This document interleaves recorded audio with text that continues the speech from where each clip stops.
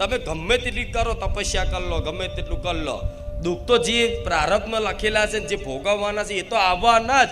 પણ એ દુઃખમાં જો મારા જેવી માતાનું સ્મરણ હશે, મારા રામનું નામનું જપ હશે, તો માતા એવું કહીશ કે એ દુઃખ આટલું મોટું હશે ને, પણ આટલા હું પતાઈને આગળ વધારી દઈશ.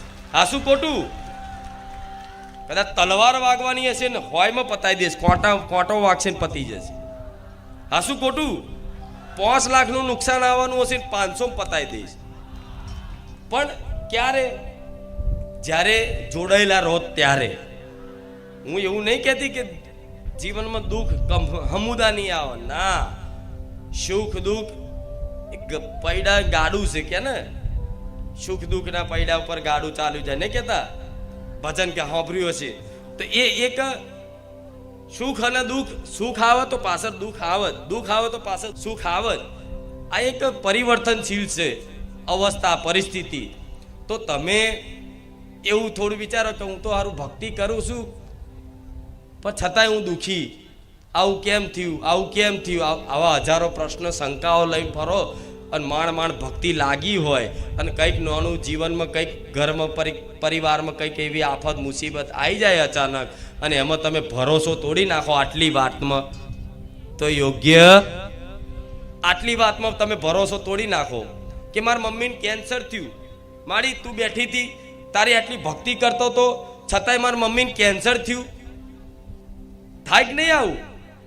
અમુક તો એટલે કે આવું કેમ થયું? એટલે મમ્મીના જન્મના કર્મો અનુસાર એને ભોગવવાનું હતું, તો એ ભોગવવું પડે, એમાં છૂટકો નથી. હા, અગર તમારી ભક્તિ હોય તો શું કરે દેવી શક્તિ?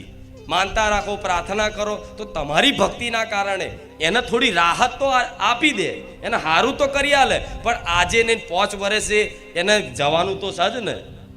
હા, શું ખોટું? કોઈ બી મનુષ્યને જવાનું તો સજ ને. તો નાની નાની વાતે કોઈ કામ ના થાય, ઘરમાં કોઈ એવી બીમારી આવી જાય, કોઈને જલ્દી બીમારી દૂર ના થાય, માતાના દીવા કરતા હોય, ભક્તિ કરતા હોય, બધું કરતા હોય, છતાંય કોઈ બીમારી દૂર ના થાય ને, તો સમજી લેવું કે કર્મોનું દુઃખ છે. શું દુઃખ છે? કર્મોનું દુઃખ છે. અને કર્મનું દુઃખ હોય, પ્રબળ હોય. શું પ્રબળ દુઃખ હોય? પ્રારબ્ધ એવું મોટું હોય અને તમારી ભક્તિ આટલી હોય, ચો થાય મેર આવે? પ્રારબ્ધ આવડું મોટું છે, કર્મો અનુસાર દુઃખ આટલું મોટું છે, અને તમારી ભક્તિ આટલી છે, ચોથી એ થશે. ભક્તિ આટલી હોય, પ્રારબ્ધ આટલું હોય, તો આમ હવામાં જેમ ઉડી જાય ને કોઈ ધૂર, એવી ધૂરની જેમ પ્રારબ્ધને ઉડાડી નાખો એ ખુખાર મેળવી. એટલે ક્યારેય જીવનમાં નિરાશા લાવતા મારા જેવી કહેવા વાળી માતા નહીં મળે. મળશે નહીં તો કોઈ દાણા ચાલુ કરું, મને આવડે છે, લો ભાઈ વધાવો થાય તો કહું એવું ચાલુ કરું. એમાં મજા આવતી હોય કે એમાં ચાલુ કરું. અમુક કે બેઠકો શું લેવાનું છે? હવે દેવગતિ એવી વસ્તુ છે કે જેટલું ખોદશો એટલું નીકળશે. તમારા બાપ દાદા જેટલું પૂજીને જતા રહ્યા, કીધા વગર અંદર કોને ચોક પાઠ નખાવશે ને બધું આવશે, ઝુંડ હંગાત, મારું લાવો. આ શું ખોટું? તમારા ઘેર પૈસા અચાનક આવે, બરોબર, જમીન બમીન વેચાય, અચાનક પૈસા તમારા ઘેર આવે અને ગામમાં ખબર પડે કોને જમીન વેચીને પૈસા આવ્યા છે, તો માગવા વાળા તરત આવી જાય કે લાવો ભાઈ, મારા બાકી છે તો આપો. આ શું ખોટું? તે એવી રીતે પાટ નાખો ને કે લાવો, શું નડતર છે અમને જોઈએ. તો તમારા બાપ દાદાનું કોઈ પૂછેલું કોઈ ભૂતય હોય ને, એ ભૂતય આવે, મારો વ્યવહાર લાવો. ચમ બધું લઈને બેઠા છો તમે.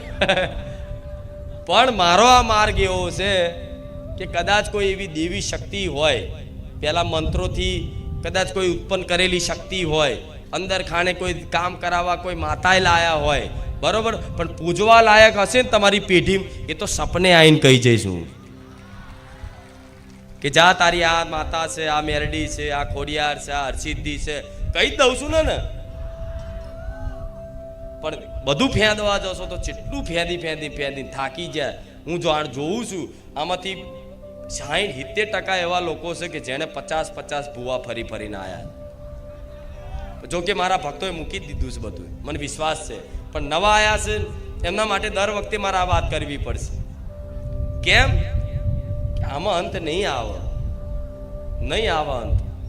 અંત જોતો હોય ને કાયમ માટે સુખી થવું હોય ને તો મેં ઉપાય બધા બતાવ્યા. રામ નામ આપ્યું છે, પશુ પક્ષીની સેવા આપી છે, અને જીવનમાં પરિવર્તન લાવો. કઈ વાતે પરિવર્તન લાવો? દુષ્ટ કાર્યો કરતા હોય તો હવે સારા કાર્યો કરો, ખરાબ કાર્યો છોડી અને સારા કાર્યોમાં લાગી જાઓ. ધીરે ધીરે ભલે લાગો, પણ એક સંકલ્પ કરો કે હવે મારા બધું વસ્તુ મૂકી દેવી છે, અને મારા જીવનમાં થાય તો કોકનું ભલું જ કરવું છે, મારાથી ખોટું થાય નહીં એનું તું ધ્યાન રાખજે. આ શું ભક્તની સજ્જનતા છે? તમારો ભલે સ્વભાવ પેલા ગમે તેવો હોય, તમે પેલા ડોન જેવા હોય, પણ મારા બન્યા હોય ને તો બે હાથ જોડીને હેડવું પડશે. શું? હાથ જોડીને હેડવું પડશે. પણ હું માતા એવી છું ને, કદાચ આ વાતનું પાલન રાખશો ને તો કોઈની તાકાત નહીં કે તમને ઝુકાઈ જવાની. સમજ્યા? તમે વિનમ્રતા રાખશો તો તમારે એવું નહીં સમજવાનું કે મારી અમે નાના બનીને રહીએ છીએ ને તો લોકો દબાવે છે, હું દબાવવા નહીં દઉં, ઘોઘરો જાલ લઈશ. પણ તમારે નહીં કરવાનું. એનું કારણ શું છે? એનું કારણ એક જ છે, તમે ભક્તિના માર્ગમાં આવ્યા છો. સ્વભાવ સુધારવો પડશે, વાણીમાં સંયમતા લાવવી પડશે, પવિત્રતા જાળવવી પડશે. બધું ધીરે ધીરે થશે, હું જાણું છું. એકદમ કોઈનાથી કશું નહીં થાય. પણ આ નિરંતર બધી વાતોને ધ્યાનમાં રાખી અને એકાગ્રથી બધું વિચારી અને જીવન શરૂઆત કરી દીધી ને જેણે, એને એવું કહું છું એના કારણે આખું પરિવારનું ભરણ પોષણ થશે. વિશ્વાસ રાખજો. એક ભક્તિ કરતો હોય ને ઘરમાં, એના કારણે આખું પરિવારનું ભરણ પોષણ કરી આલું. એક ખુખાર મેળવીશું.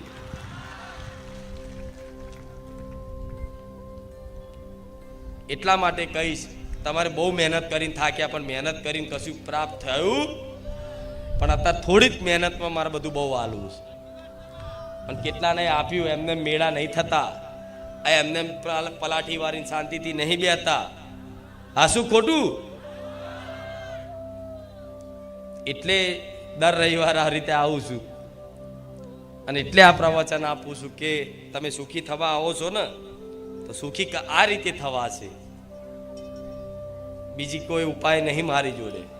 દર રવિવારે બોલું છું ને આવું કે બીજા કોઈ મારી જોડે ઉપાય નથી. અને નવા આવતા હોય એમને કહીશ કે જો આ બધો મેરો એમને એમ નહીં થયો, આ બધા વાતોનું પાલન કરી અને જીવનમાં અમલ કર્યું છે, કંઈક ને કંઈક ઉપદેશો કર્યા ને, તારે કંઈક નું કંઈક સુખ જીવનમાં જોવા મળ્યું છે. એટલે જો તમારે મારી ટ્રેનમાં બેહવું હોય તો બેહી જજો. મારી ટ્રેનની કોઈ ટિકિટ ડાયરેક્ટ ચડી જજો તોય વાંધો નહીં. આ શું ખોટું? હા, દર રવિવારે ઊભી રહેશે ગાડી, બારેજા ધામમાં સ્ટેન્ડ થાય છે. દર બધા પેસેન્જરો મતલબ ભાવિકો પેસેન્જર બનીને આવે છે, અને જેટલા ચડાય એટલા ધક્કા મારી સ્ટેન્ડમાં ચડી જાય છે. આ શું ખોટું? હા, પણ મારી ટ્રેન ઊભી રહેવાની નથી. કેમ? કેમ કે આ જ વાત હું પહેલા જ્યારે શરૂઆતમાં ગાદી ચાલતી ને ત્યારે પહેલા આટલે બધા ભક્તો બેસતા હતા, આટલે બેસતા હતા. નજીક જૂનું વિડીયો જોયા છે, ખબર, આટલે બેસતા હતા. તારે હું એ ટાઈમે હું બોલતી કે આ ભલે તમે નજીક બેઠા છો, પણ એક સમય આવશે ને કે તમને મારા દર્શન કરવા હશે ને તો તમને દુર્લભ થઈ જશે સ્ટેજ ઉપર આવવા માટે, નજીક આવવા માટે. આજ એ દિવસ મારા જૂના ભક્તોને યાદ હશે કે આટલે બેસતા હતા ને આજ પાછળ બેસવું પડે. આ શું ખોટું? તો આજ આગળ બેઠા છો તો શી ખબર કાલે તમારે થોડું પાછળ ધકેલાવું પડે. કેમ કે મારી ગાડી ઊભી રહેવા નહીં, આ તો હજુ શરૂઆત છે.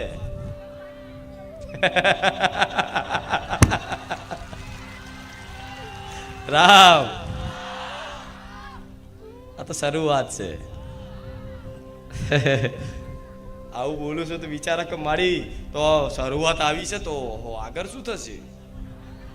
આગળ હજુ જેની કલ્પના એ નહીં કરી, તમે નહીં આખી દુનિયાએ કલ્પના નહીં કરી કે ખુખાર મેલડી શું રચાવા બેહવાની. પણ મારો ઉદ્દેશ પૂરો કરીશું, ગમે તે થશે. ઉદ્દેશ એક જ છે, બધાને મારા રામ ના બનાવવું.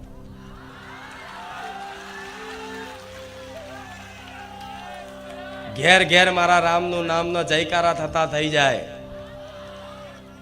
દરેક મનુષ્યના જીવે મારા રામનું નામ આવતું થઈ જાય. ઘેર ઘેર ભગવાનની કથા લીલા ગુણગાન થતા થઈ જાય. બસ આ થઈ જાય ને મારું લક્ષ્ય પૂરું. એના માટે જ મન માતા મારા ભગવાને જાગૃત બનાવી અને એક સેવા છે, રામકાજ. આ શું છે? એક સેવા છે. શું છે? રામકાજ કહેવાય ને, રામ કાર્ય કહેવાય. જેમ કે ભગવાનનો સેતુ બનાવવાનો હતો ને, તો વાનર સેનાએ બધાએ તે થોડા પથ્થર લાવીને રામ લખી અને દરિયામાં નાખતા, ખબર છે ને? પોતાનો સહયોગ આપતા, અર્થાત સેવા જોડાતા, રામકાજમાં જોડાતા. એવી રીતે મારા દીકરો છે ને, ભલે એને ખબર હતી ખુદને કે માં મારાથી કશું થવાનું, એ જાણે છે ખુદ, અત્યારે હાલ એ જાણે છે કે મારાથી કશું થાય એમ ના. સેવા ના આવા પ્રવચન ના આવા ઉપદેશ કશું જ થાય એમ નહીં. પણ મને માતાને સોંપ્યું ને કે માં તું કરે ને એ બધું સાચું. તો એની જે ભાવનાઓ હતી ને, આજ બધી એની ભાવનાઓ હું માતા પૂરી કરવા બેઠી છું. એણે રામ નામ લીધું ને તો બધાને આપ્યું. અને આ તમે બારેજા ધામ રામનું નામ લો છો, એટલી પ્રસન્નતા છે મારા દીકરાને, મન માતા. એના સિવાય બીજું કશું જોતું જ નહીં. હું એવું કહું છું, મારી માતા જોડથી તમે અહીં લે કંઈક, હું તમારી જોડે કંઈક માગું, બરોબર, તો હું માં કહેવાઉં. માં ક્યારે પોતાના ભક્તો જોડે માગતી, એટલે તો મારા ભક્તોને કોઈ દાડે હાથ લોબો કરીને કીધું નહીં. નકર નહીં તો મને માતાને ખબર છે. હમણાં હાલ કહું ને, હાલ કે મારા મંદિર બનાવવાનું છે, દાન કરો મારા ભક્તો, તો માતા જોણું છે 1 મહિનો ના થાય. પણ છતાંય હું ક્યારે કહેતી, કેમ નહીં કહેતી કે મારું માગવાનો કોઈ સ્વભાવ જ નહીં. મારે જે જરૂર છે મારો રોમ પૂરું કરી આલે છે. તો તમારે જેની જરૂર હશે ને એ બધું જ મારો રોમ પૂરું કરી આલશે, વિશ્વાસ રાખજો. મારા ગાદીનો દાખલો એટલા માટે આલું છું કે કેમનું ચાલે છે, આ કેમનું ચાલે છે પૂછો બધા. મારા સેવકોને પૂછો, મારી વસ્તીને પૂછો, કોઈ બુદ્ધિશાળી વ્યક્તિઓને પૂછો હોય તો. હારું આ ચમનું ચાલે છે. હારાની બુદ્ધિ ફેલ થઈ જાય બારેજા ધામમાં કે આ ચમનું ચાલે છે. તો એમને એમ નહીં ચાલતું, કોઈ બુદ્ધિથી નહીં ચાલતું, કોઈ બળથી નહીં ચાલતું, કોઈની મહેરબાનીથી નહીં ચાલતું. અમારા રામની કૃપાથી ચાલે છે બારેજા ધામ. તો એ જ રામ તમારા ઘેર આવી જશે. હું જોઉં છું જે બારેજા ધામ આવે છે, બધાના ઘેર મારો રામ આવ્યો. તો બસ ખાલી વિશ્વાસ કરવાની જરૂર છે. ભગવાનના માતા ખાલી પ્રેમના ભૂખ્યા છે, વિશ્વાસ રાખજો. બીજી બધી વસ્તુઓ તો માતાજીને શું આપીને શું આપો કહો. તમે જે વસ્તુ માતાજીને આપો અને બડાઈ કરો કે માડી આ મેં આપ્યું, મારા જોતું હોય તો તું હોનાનું તાજ પહેરો તો હોનીની દુકાનમાં જઈને ના લઈ આવું. એ હોનીનું જ કામ કરીને સપનામાં જઈને કહીએ ના લઈ આવું. મારે હોનાનું તાજ પહેરવો હોય તો હા શું ખોટું? પણ આ તો માણસો કંઈક માતાજીને કંઈક કોઈ પણ મંદિરમાં કોઈ પણ જગ્યાએ ભેટ કરી હોય ને, કંઈ પણ 500 રૂપિયા એમાંય તે નામ લખાવો, આ ફલાણા ભાઈ તરફથી. પેલો બેલ કે મંદિરમાં પંખો હોય ને તો પંખામાં નામ લખેલું હોય કે ફલાણા ભાઈ ફલાણા તરફથી ભેટ. ₹1100 લખાયા તો એ તો કલરમાં પ્રિન્ટ મારેલી હોય. ચોથી બધું આ પુંદા નહીં ફળે. કંઈક કર્યું નહીં પ્રગટ કરવું, કંઈક કર્યું નહીં પ્રગટ કરવું, દુનિયાને દેખાડો કરવા કે મેં કર્યું. આ મેં કર્યું જે કરો છો ને જે ભાવના, એ જ ફળ નહીં આપતું. શું મેં કર્યું, આ મેં કર્યું, આ મેં કર્યું, આ મેં કર્યું, જે ભાવનાથી કરો છો ને એ તમને એનું ફળ નહીં આપતું. પણ આ મેં નહીં, માં તારી કૃપાથી મેં કર્યું, આ ભાવના રાખો ને તો એનું અસલી ફળ મળે. આ શું ખોટું? ભક્તિ થાય છે તોય માં તારી કૃપાથી, સેવા થાય છે તોય માં તારી કૃપાથી, માં પુનદાન કરું છું તો માં હું નહીં કરતો, માં તારી કૃપાથી, તારી પ્રેરણાથી, તારા આશીર્વાદથી માં મને કંઈક પ્રેરણા થઈ છે, અંદરથી ભાવ જાગ્યો છે સેવા કરવાનો. માં મને સેવા કરવાનો અભિમાન ના આવે, માં મને આનોય અભિમાન ના આવે. આવું હું કરતાનો ભાવ જતો રહ્યો ને તો અસલી ચમત્કાર ચાલુ થશે. પણ હજુ તે તમને એવું છે કે હું કરું છું, પણ તમારી કોઈ તાકાત નહીં કશી વસ્તુ કરવાની. તો માની કૃપા છે ને, તારે 2 ટાઈમમાં હરખા રોટલા મળે છે. નહીં તો જાઓ દુનિયામાં જોઈ આવો, એક ટાઈમનું હરખું ખાવાનું નહીં મળતું. આવા રોડ ઉપર પડી રહ્યા છે જો પંખા વગર, તો તમે તો એસીમાં ને પંખામાં હારા કુલરમાં રહો છો. હા શું ખોટું? તે કૃપા નહીં. છતાંય ભગવાન માતાજીને દોષ કાઢો, તમે મને શું આલ્યું, શું આલ્યું, શું આલ્યું. ગણાવા બે હે ને તો એનો હિસાબ નહીં આલી શકો. જો જે આલ્યું છે એનો હિસાબ નહીં કરી શકો ક્યારે. નથી ભક્તિ કરતા, નતા એને માનતા, છતાંય તમારી કુળદેવી તમને હાચવ્યા છે, હજુ તમને ખબર નહીં.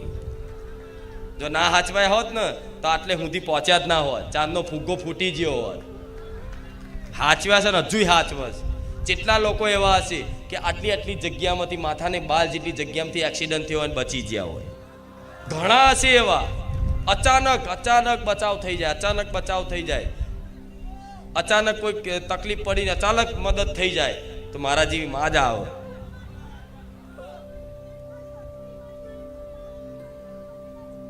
શું ડૂબી ગયું તું?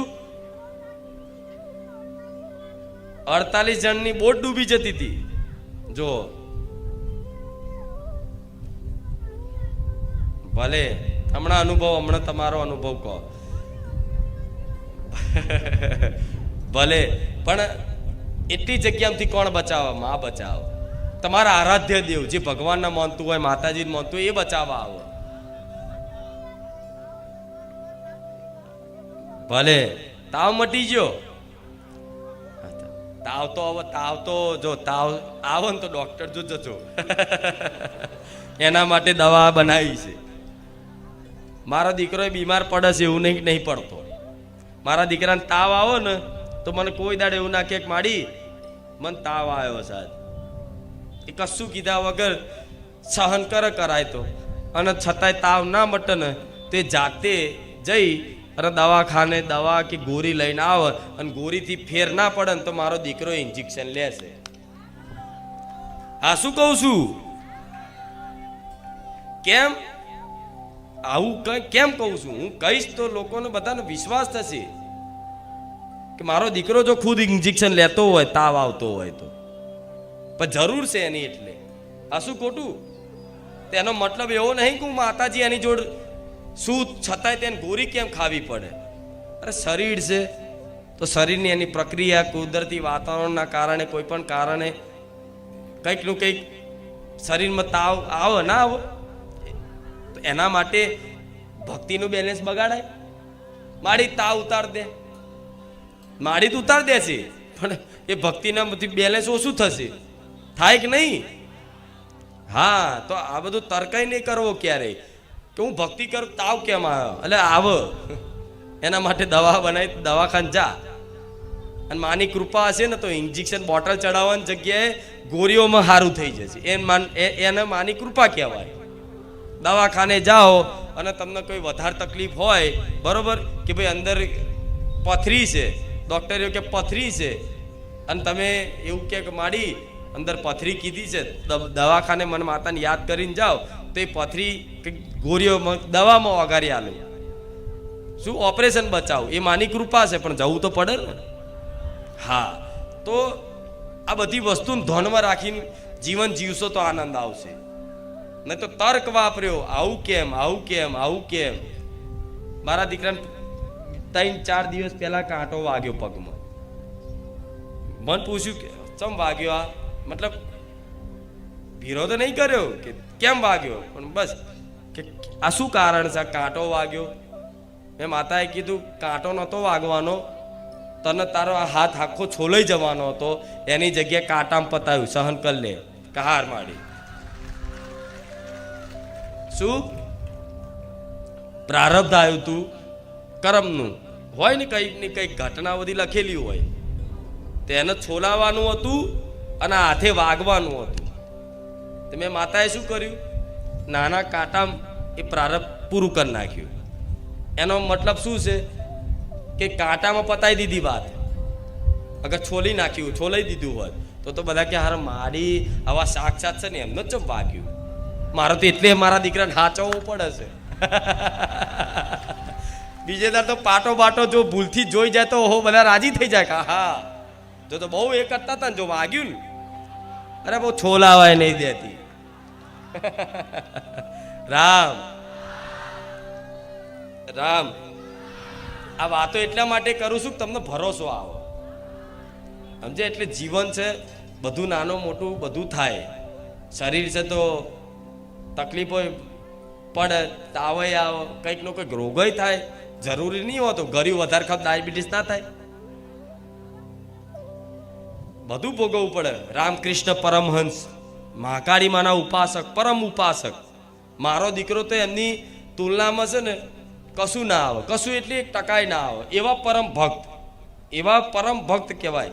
પરમહંસ જેની આગળ લાગ્યું, પરમહંસ. ભક્તોને શ્રેષ્ઠતામાં પરમહંસ લાગ્યું, રામકૃષ્ણ પરમહંસ.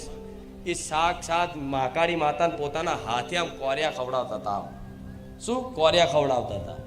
રૂબરૂ એમની જોડે વાતો કરતા. કદાચ એમની જીવન કથા તમારે જોવી હોય, સાંભળવી હોય તો મોબાઈલમાં જોજો કે રામકૃષ્ણ પરમહંસની જીવન કથા, તો એ આવશે કોણ હતા શું હતા, બરોબર?